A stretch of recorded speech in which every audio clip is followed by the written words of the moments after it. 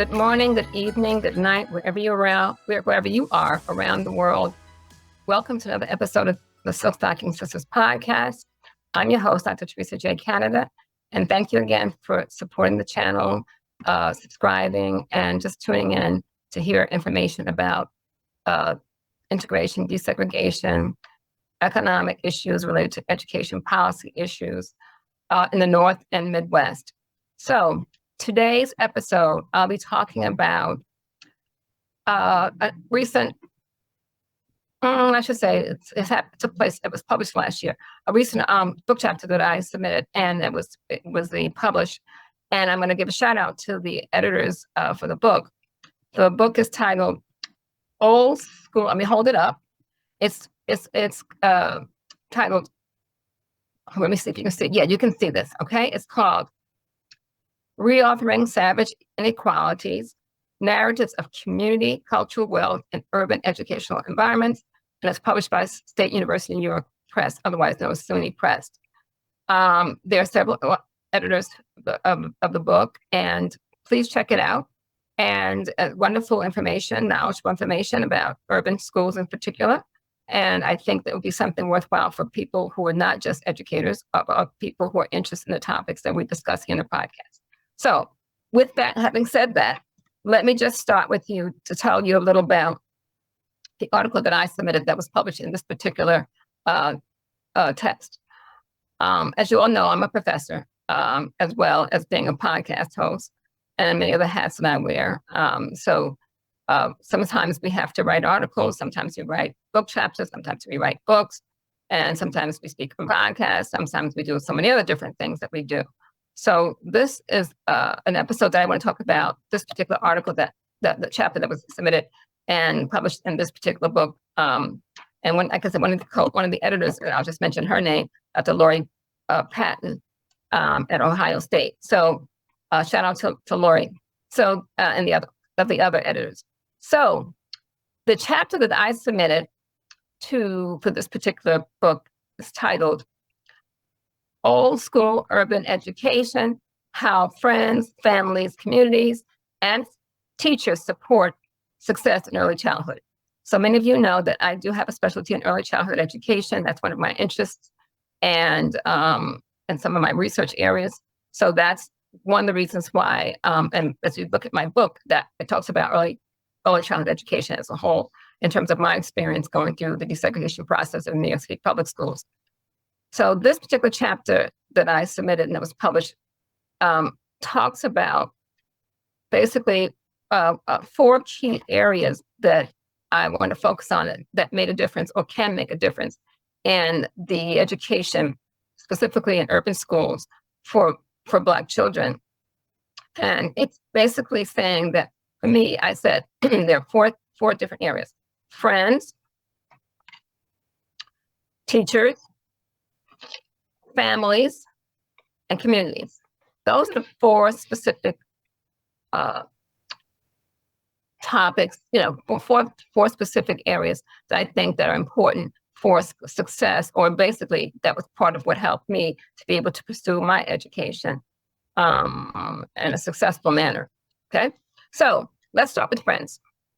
And those of you who know me personally know I love having friends, and I enjoy and I appreciate my friendships significantly. That has helped me to be able to pursue my life journey, having friends to come along with me along the road. And that's been crucial for my success and mostly many areas.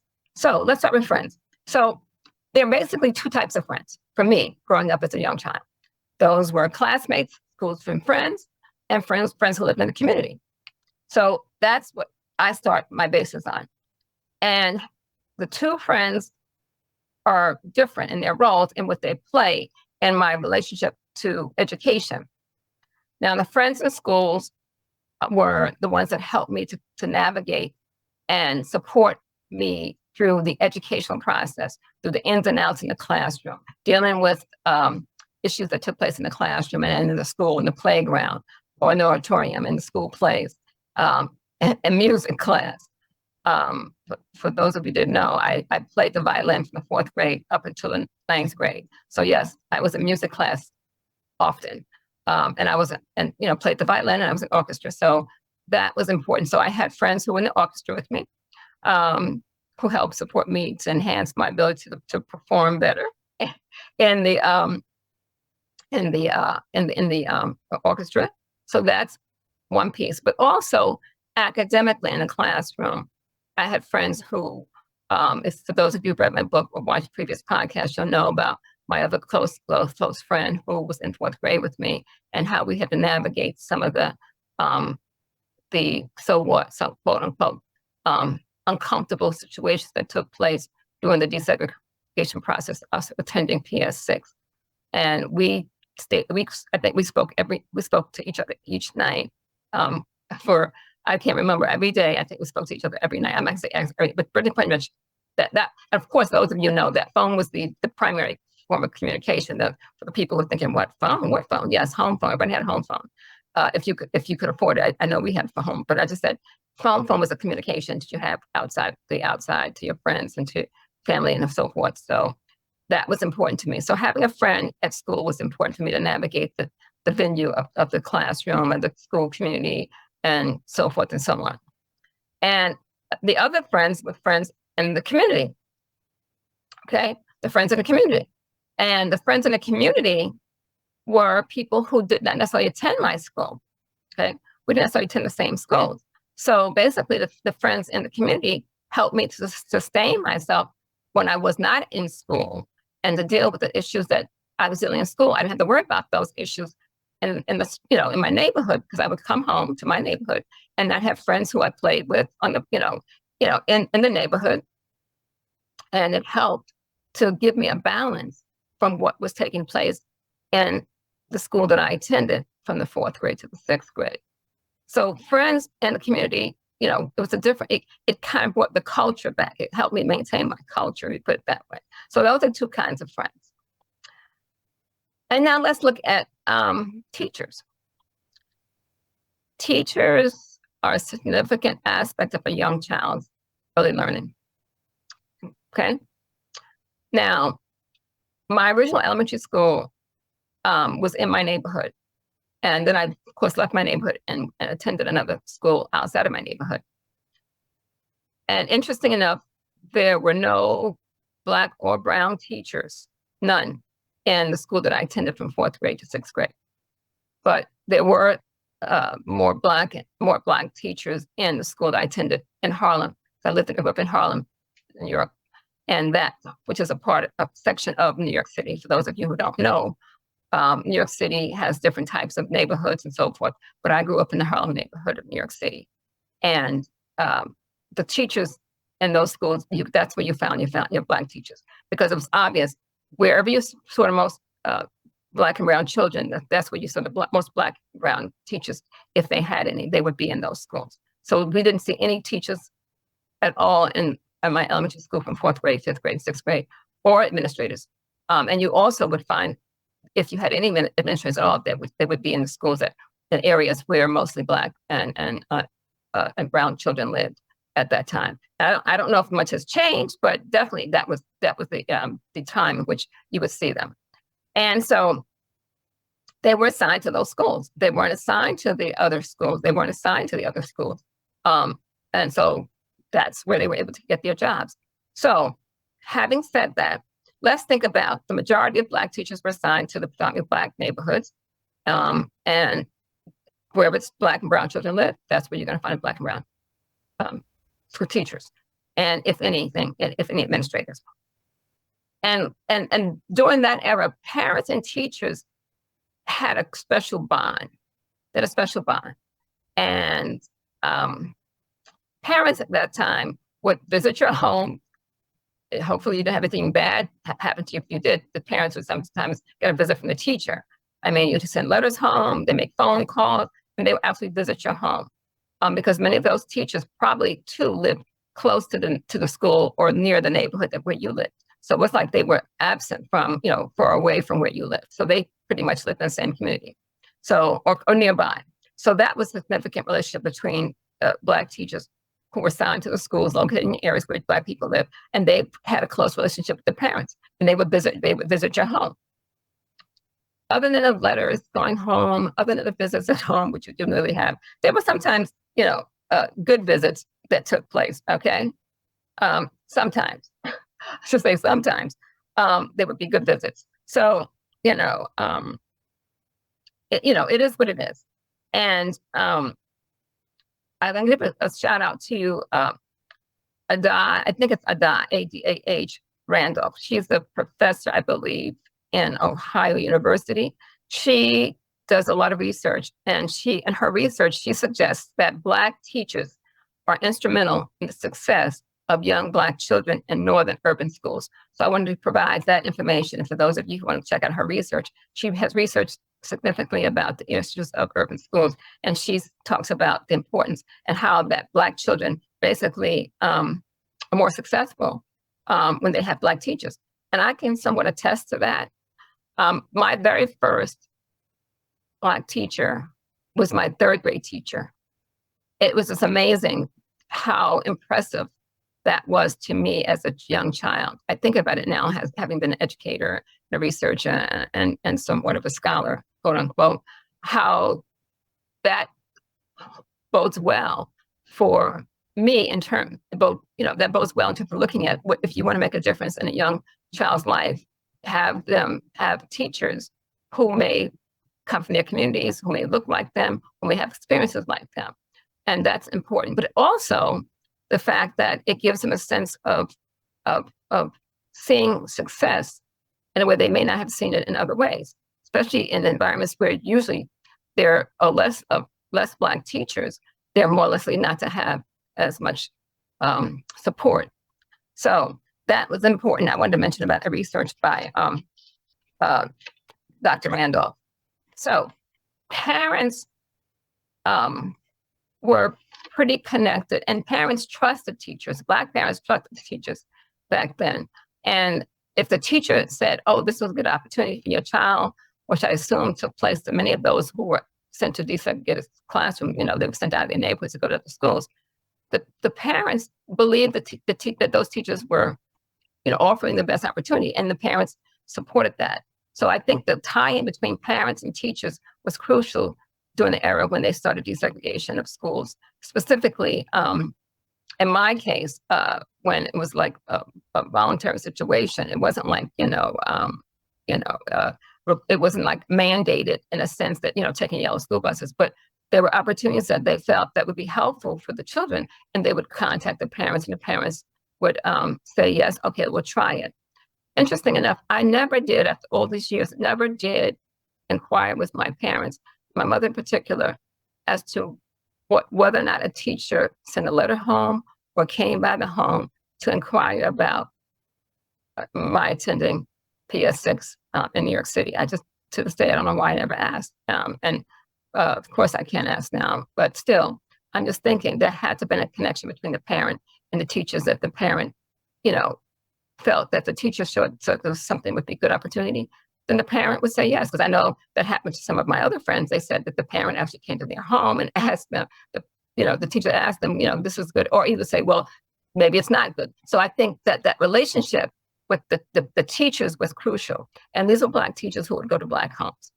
So that says a lot about the relationship between teachers and parents, and how these teachers really wanted the best for the children in the class. So the other categories I'm going to talk about: families and community. Now, parent involvement is a clear indicator of early school success. We all know that. For those of us who know about that, it is parent involvement. When you don't have parent involvement, it's less likely that you'll be able to, have a really successful early childhood experience. And as we said before, the earlier you have this exposure, the better for the child. If you have quality early childhood experiences, then that's setting the standard, basically a foundation for moving forward. And I believe in that in terms of my own research. So parents, little that we know, even if they weren't themselves educated, they still want the best for their children. And I say there's an experience that I had when I was subbing, I mentioned this to some people some time ago. I was a substitute teacher for couple of years as I was working on my dissertation, my doctoral degree. And I was licensed, a licensed teacher. And I also was in, I think, New York City, you had to have another addition to that. You take a test for that just to be, even if you have a state license, you still have to take a special New York City test even to sub in New York City public schools, which I did. So I was subbing, while I was working my dissertation. And I attended a school that I couldn't believe it, that, parents gathered and they probably liked the fact that I was teaching their children, and I was just subbing, short term while a teacher was out. And they approached the principal and asked the principal, why can't I teach this class? They're teaching the class. So, I was just shocked because I had not known about this, but that shows you the impact that parents can have when they speak up. They came as a group. I think it was like at least I had to be several, Latino, but well, I know they were mostly mothers, so they were probably mostly 5 or 6 mothers of children in the class that I was subbing for. Approached the principal and said, "We want her to stay in the class. We don't lose her." And a lot of that had to do with my interaction with the children in the class and the importance and significance that I put in, including the Spanish language as well as the English language at a time where the country was pushing English only. And I emphasized to one particular parent at the time that she needs to make sure that she teaches her son how to speak Spanish. And I said, he's a second grader, but still, it's going to be important. And I'm hopefully she did, because as we all know, it would be definitely an asset at this point in our schools and anything else we come in contact with because of the large Spanish-speaking population in this country. So that was how I was thinking about how parent involvement was significant. And like I said, this research is supported by many, many researchers about the importance of parent involvement in a child's education. And there's some parents who don't know, but they do know they want the best for their child, regardless of whatever the philosophy or whatever the policies are. They want the best for their children. I don't care what people say. So that's definitely the case. Now, in my own household, my mother emphasized the importance of education early on. My sister, I have older sister and I, we would have chores at home, which many people did, and if there were assignments that had to be done and, we were getting tired, it was getting late, my mother would suspend the chores for that time, that day, and make sure we completed that assignment instead of finishing the chores. And that showed the significance, and she felt that was important for us to be able to do well in school. She doesn't want us to go, she wanted us to do well. She wanted us to really do well in school. So having had that exposure for my parent, my mother in particular, making sure that, we were going to excel in schools is probably set a huge foundation for me professionally in terms of what I decided to pursue in my life, not knowing that that's what that was about. So, but I'll tell you as a whole, education was a priority in our home. There's no question about it. It was a priority. All of my siblings have college degrees as a basic state. That was a standard. So we all had to have at least a basic college education, bachelor's degree, and more. Many of us, many of us have more than that. But still, like I said before, it's a priority. And if families, that's the thing about families, they may not know everything about the system, but they know they still want the best for their child. So oftentimes, these communities think that parents don't know, maybe they don't know all the details about the accreditations and so forth and so on, but they know what they want. They want their children to have better opportunities. And education is a good foundation for that. I think it's a great foundation. And you build from there. So that's about the family situation. The next topic and final topic I want to mention is about communities. In my article, I talk about the communities in which we lived. For me, like I said, I lived in the Harlem community of New York City at the time. And during the time that I was living in Harlem, it was a community where you had, of course, predominantly Black community, but it wasn't all completely Black. You had different types of people living in the communities at that time. But we also had Black people who were professionals, unlike maybe some other, maybe unlike other eras. But, there was a person who owned a preschool, And there's a person, there's a physician who was in the area, was a Black businessman, attorney. Um, so you have, a Black owner of a store in the neighborhood. So you had Black businessmen, you had, Black physicians, you have Black heads of, their own private, own early school, early preschool program. So you have people who you could see doing things in the community that would have, make emphasis in terms of the importance of, being able to have a decent life and more. So those are things that I experienced in my community. So also what happened, I guess unlike sometimes today in many neighborhoods, the neighbors looked out for you. It's like, okay, they looked out for children, quote unquote, they looked out.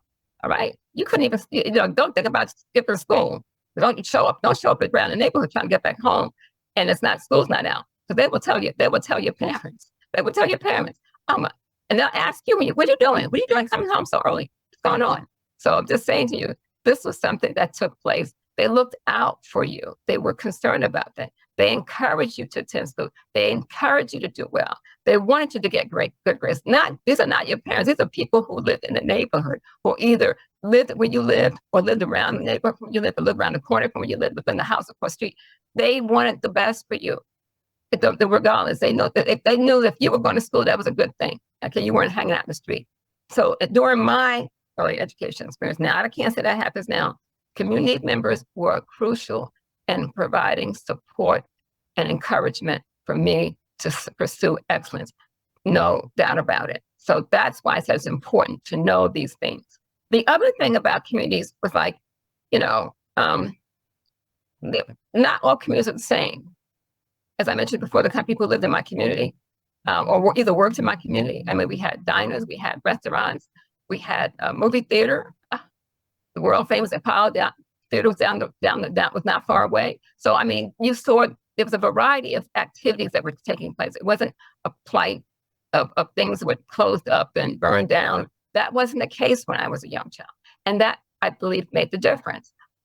Unlike, when later on people moved out of the neighborhood or things changed and, different policies changed in the city, the country, whatever, that may have had a really, had an impact on what happened to the neighborhood that I so loved. I mean, it was just a wonderful experience. When you had support from the community members, and in many cases, like I extend that in my article talking about the Black church, the role of the Black church during that era, because that was another sense of community as well for many people who attended a traditional Black church. That you would have the support, you'd have plays at the church, you'd have a chance to recite things, Easter, whatever, a Christmas play, holiday play, it's like that was also giving people an opportunity. You could sing in the choir, you could sing. People started in the church choir, and I can understand that. And those were opportunities they had, they may not have had in the school setting. So communities that had other things that offered urban children was more people think about, oh, it was terrible. Well, my experience wasn't quote unquote terrible. I'm just grateful because I believe it gave me a good foundation. If you go back, as I said before, you look at friends, you look at teachers, you look at families, and you look at communities. Those are the four key aspects that I believe, what made my life wealthy, having had this cultural wealth, as we call it. The book that I mentioned that the chapter's in is talking about community cultural wealth. The communities that we come from offers us some wealth that we offer to those we come in contact, those we teach. I'm a professor, and for those we come in, for those when we do our research, it comes into play. So I'm just saying to you, think about, other ways in which we can do things now that we can kind of replicate that took place during the time that I had this early experience in urban educational institutions where I attended school, and how that laid the foundation for what I did, what I'm doing, and what I will continue to do in the future. So this is just a little snippet of sharing information about the things I think that are important to me, and that may be of importance to people to know and learn and grow about. because we need to be exposed as much as possible. Take what you can take from it and leave the rest alone. But at the same time, I'm using this podcast as a platform to share information, tell the story, have other people tell stories about their experiences, provide insight, provide research, provide information that they can share, that people can take, and when they don't want to take, they can leave, but at least have it available. You know, I'm not right now. I'm looking if I can get a sponsor, that would be great. As like I said, I apologize in the beginning. One of the episodes I talked about how there's been a gap. I was, offline for several weeks, over a month, and part of that has to do because of this is all on me. This is just me doing my thing, and I tell people start from where you are. So if I don't do what I say I do, how can I tell someone else to do that? So at the same time, I'm thinking we have to start somewhere. And everything isn't all about what we see outside. We start from where we are and you go from there. So thank you again. I'd like to thank those of you who have been supporting the Silk Stocking Sisters podcast and sharing the word with other people, subscribing, leaving comments, and providing, suggestions of possible other topics and possibly other people who may want to be considered for the podcast, because I'm looking for other people as well. So I want to thank you for supporting us to this point. And I keep it real here at the Silk Stocking Sisters podcast. I'm a girl from Harlem, so and the negative it's not all negative, because I believe you can bring some positivity from urban communities across this country. We did it then, and we can do it now. So I'm hoping that somebody will take this information and share it with the young people in the urban communities today, so they can see that it's still doable. It was doable then, it's doable now. So thank you again for tuning in. Thank you again for just being supportive of the channel. And we look forward to seeing you, or you seeing me, again on another episode of the Silk Stocking Sisters. Have a great day, have a great evening, a great night, wherever you are around the world, around the country, around the city. And we'll see you next time. Thank you.